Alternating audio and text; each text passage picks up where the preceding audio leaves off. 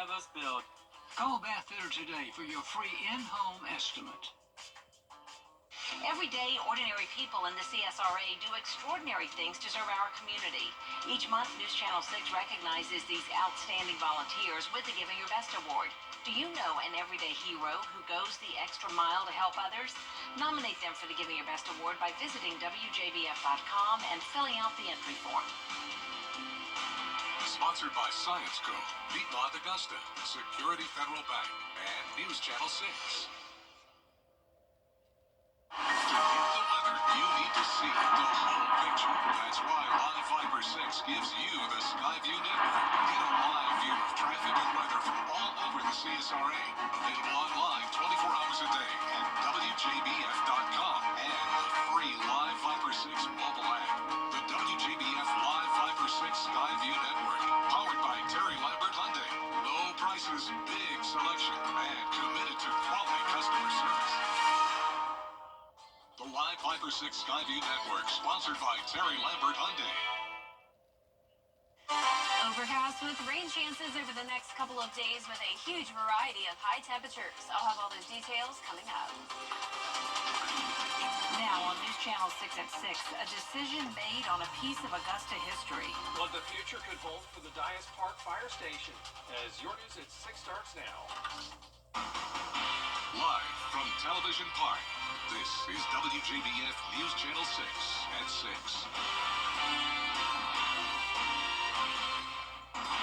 Good evening, everybody. I'm Brad Means. And I'm Jenny Montgomery. Thank you for joining us. Coverage you can count on begins with Augusta leaders preparing to say goodbye to part of the city's past. An old city fire station has been part of the Dias Park neighborhood since the 1890s. But with the renovation of the park on the way, the city is saying no to saving that building. George Escala has the story. The renovation plans for Dias Park include a new community center, but developers say it should also include preserving the old building at the park. Putting a community center in that park is a wonderful idea, but it does not have to happen to bulldoze that building. They are not mutually exclusive.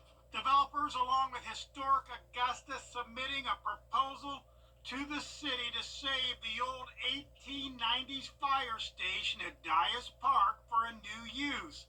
The city's saying an evaluation team made of different departments reviewed the proposal and made a determination. The result of that evaluation was to deny this proposal and to move forward with the demolition of the project.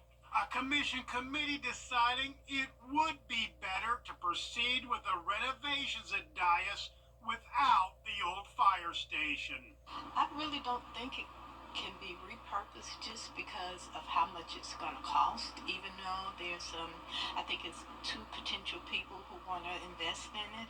I just don't see us having the money. Last week, Augusta leaders did not support the Historic Preservation Commission's decision to cite the owner of the old First Baptist Church downtown to get that building stabilized. And now city leaders saying no to saving another historic structure. It's like we're sending an anti-history message from this commission. I don't think that's the case. We don't have the money to help. Project engineers say after a town hall, the neighborhood favored demolition of the old fire station. And that's what will take place if the full commission agrees next week. In Augusta, George Escala, WJBF, News Channel 6. Time now for our first check of the weather. Our chief meteorologist, Jennifer Tracci, keeping an eye on things on this cold, wet day. Yeah, definitely a chilly one out there with dense cloud cover, and those clouds are just not breaking. They'll be with us again on Wednesday. Right now on our Terry Lambert Hyundai Skyview cam, you can tell how cloudy it is, and it's also very wet. We had some drizzle come through pretty much all day long, and that's what we're seeing now. But actually some steady light showers. I believe we can even hear it on the roof of the station right now. You can see those light showers moved into our western counties first, and now we have a batch from Saluda County down to Burke County. And if it looks like it's dry dry where you are. Most likely you're still seeing some drizzle as well. Just a lot of it isn't even detectable on our radar. But we have this stalled frontal boundary just to the south of town. Now keep in mind, if this was just a few miles to the north, we would be seeing completely different temperatures right now. But we are on the cold side of this boundary. And notice a large batch of rain associated with this low pressure system from Tennessee down to Louisiana. That's where they're going to have some serious flooding concerns this week. And then winter weather up towards the northeast, even as far south as North Carolina. Now for us, we're not quite that cold, so we don't have to worry about any winter weather, but it was a chilly one today, low of 40 and a high of 49. But our high temperature actually came this morning, and then just like yesterday, the temperatures went in reverse. So right now we're sitting at 40 in Augusta, 41 in Thompson. McCormick, you're at 38. 48 though in Sylvania, so it is warmer the further south you go. 46 in Wrightsville, 44 in Waynesboro. Winds coming in from all different directions. So we have a northeast wind still, but then we also have a southeast wind, and that is helping to warm those southern counties up just by a tad. Now for the rest of our evening, we'll be right around 40 degrees, so that'll be our low tonight, and then a high of only around 53 tomorrow. Another cool day, but warming up on Thursday, cooling back down on Friday. We're also going to have some storms moving in on Thursday morning. I'll have a look at your featurecast for that coming up, but back to you, Jenny. All right, we appreciate it, Jenna. A 20-year-old Gloverville man is in custody accused of shooting and killing his mother. Aiken Bureau Chief Sean Cabbage-Stock is live from the sheriff's office now with the story. Sean? And Jenny, deputies say 20-year-old Xavier Butler killed his mom and then barricaded himself inside. He's now facing murder and weapons charges. Deputies responded to 518 Lawana Drive just before midnight Sunday. When they got there, they found bullet holes in the door. Witnesses told them Butler was armed, appeared suicidal, and had fired multiple shots. His mother, Adrienne Richardson, was found dead in a bedroom. He was so hysterical we couldn't halfway understand what he was saying. I had to grab him and hold him and tell him to calm down and tell me what was going on. And that's when I got some understanding and dialed 911. That just had them shot his mama. And Butler is currently being held at the Aiken County Detention Center. And Brad, this is not the first time law enforcement responded to the home. He was charged with third-degree assault and battery earlier this year. Live in Aiken County, I'm Aiken Bureau Chief Sean Cabbage-Stock, WJBF News Channel 6.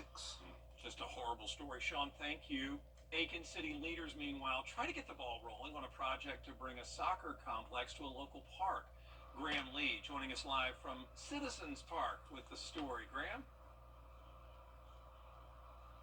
That's absolutely right, Brad. The Aiken Parks and Rec Department and Aiken Football Club have been planning this project for almost 4 years now, and now they're getting started on turning 20 acres here at the park into a full-fledged complex for one of the most popular sports in the world. Now, this conversation did start a few years back when Aiken Football Club first asked the city to help them get a permanent home, but after several discussions, the city and AFC then agreed to enter into a public-private partnership, and it's a model seen in soccer clubs and cities across the Palmetto State. Now, while they're getting the ball rolling on the complex, guys, keep in mind, 15 months from now, we're hosting a World Cup in the United States. The U.S. is hosting the 2026 World Cup along with Mexico and Canada. So while that's going on, 8 of those games are going to be played 2 hours up the road at Mercedes-Benz Stadium. And with the upcoming tournament and the soccer complex on the way, Aiken City leaders say it's a big boost, an opportunity for a big boost for the local economy. We, within our tourism division, will certainly be looking at 15 months from now, how do we market to the community that's coming in to watch the World Cup in Atlanta, and how do we get them within that drive market into Aiken. So Aiken Football Club will be handling the cost and timelines involved with this project. City leaders tell me the next steps are to finish fencing up the perimeter, and then they'll add lighting, and eventually they'll add artificial turf fields. That way AFC can use those for tournaments they would like to host down the road. And city leaders expect something of a final product to be seen sometime in the next 3 to 5 years. Live in Aiken, Graham Lee, WJBF, News Channel 6. All right, Graham, thank you. The United Way of the CSRA hosted a resource fair this morning to help get people connected to services and resources they may need. Bria Smith was there. Bria?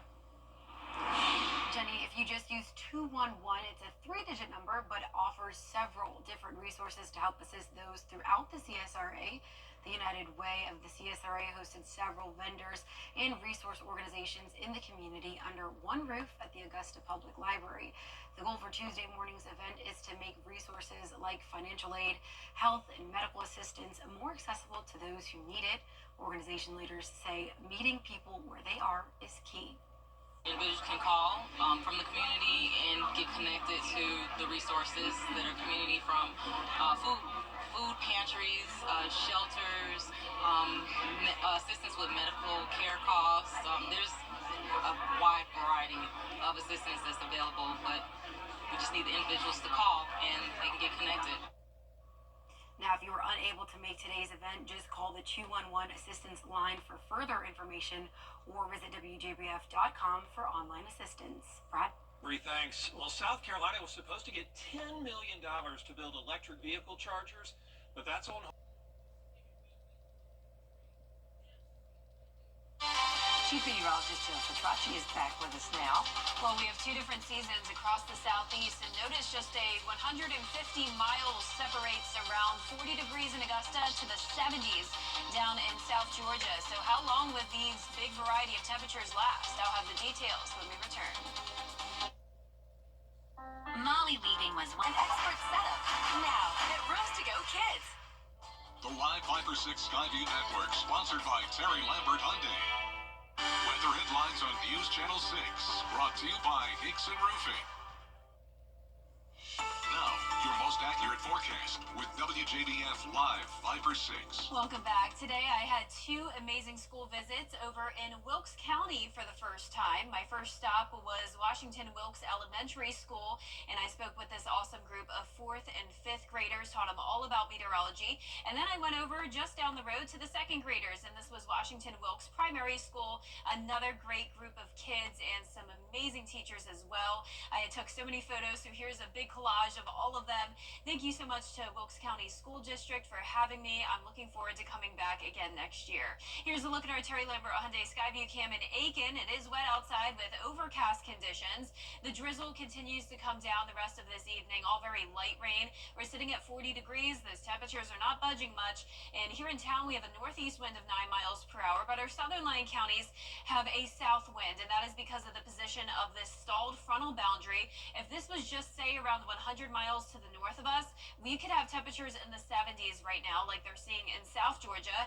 But for us, we are on the cold side of things, but not as cold as it could be. Notice the snow and winter mix happening as far south as North Carolina. So luckily for us, we don't have to worry about that. Just drizzle the rest of tonight, and also flooding happening out to the west of us. So we also don't have to worry about any widespread rain like they're seeing in places like Tennessee and over towards Louisiana. Our current temperatures are anywhere from 37 up in Wilkes County. I can confirm it was very, very chilly there today and cloudy throughout the entire afternoon. Then down towards the south in Emmanuel County, they're sitting at 45 and 48 in Sylvania. Tomorrow will be a bit of a different situation. Now, if you're north of I-20, it won't look any different. We'll still have highs only in the 40s, but from Augusta down to Burke County, sitting more so in the 50s to 60s, a little bit warmer.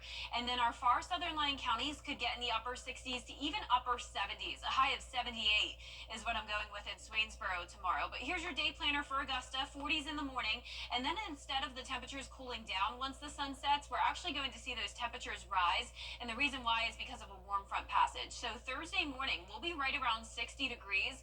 And then we'll top off into the low to upper 60s Thursday afternoon. And that will be more consistent across the entire area. So that pesky wedge finally breaks as this front lifts to our north. But it will still be hanging around the area late tonight through tomorrow morning. But it moves to the north of us Wednesday night. And this is when we'll have some instability. So warmer air taking over, a south wind.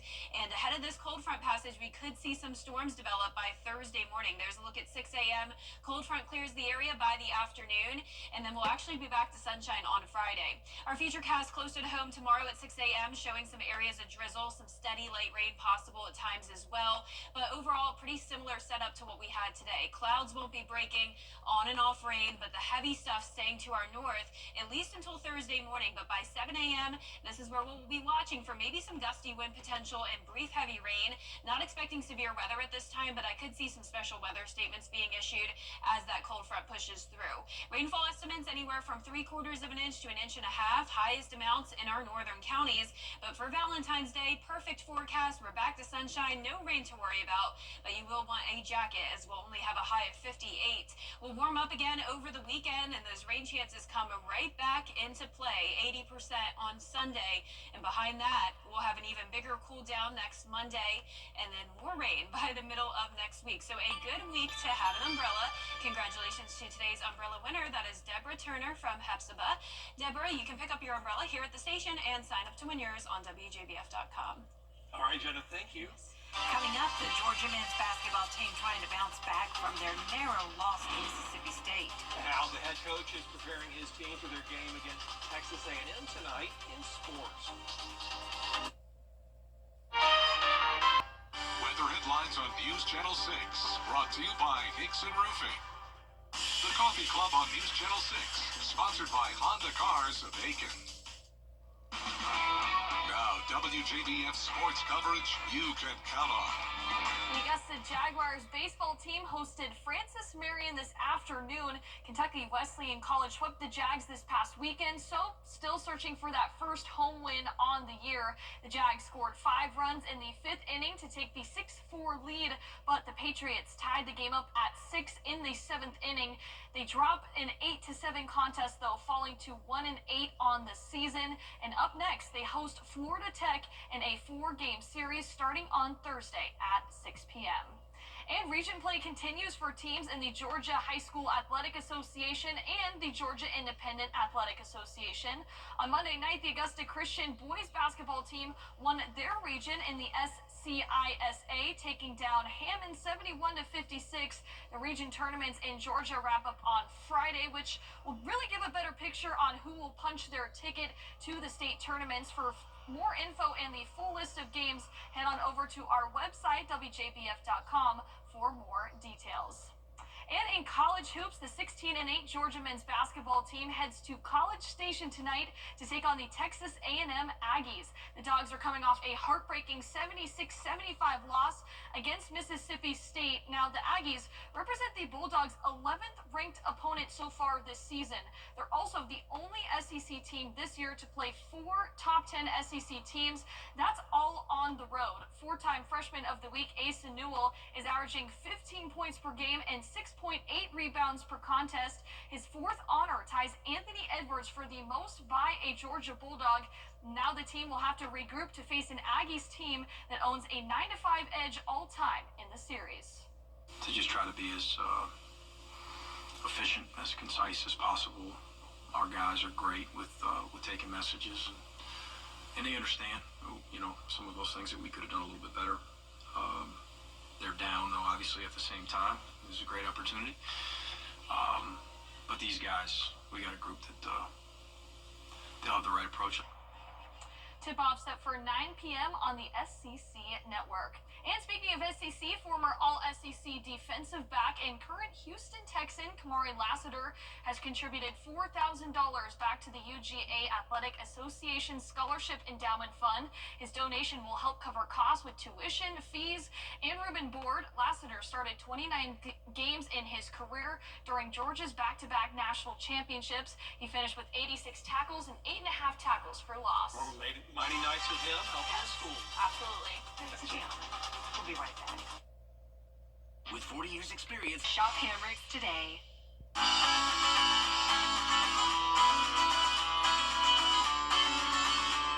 Follow News Channel 6 on Instagram. And that is our report for now. Thank you for watching. We'll see you again for News Channel 6 at 11. Have a great night. Good night.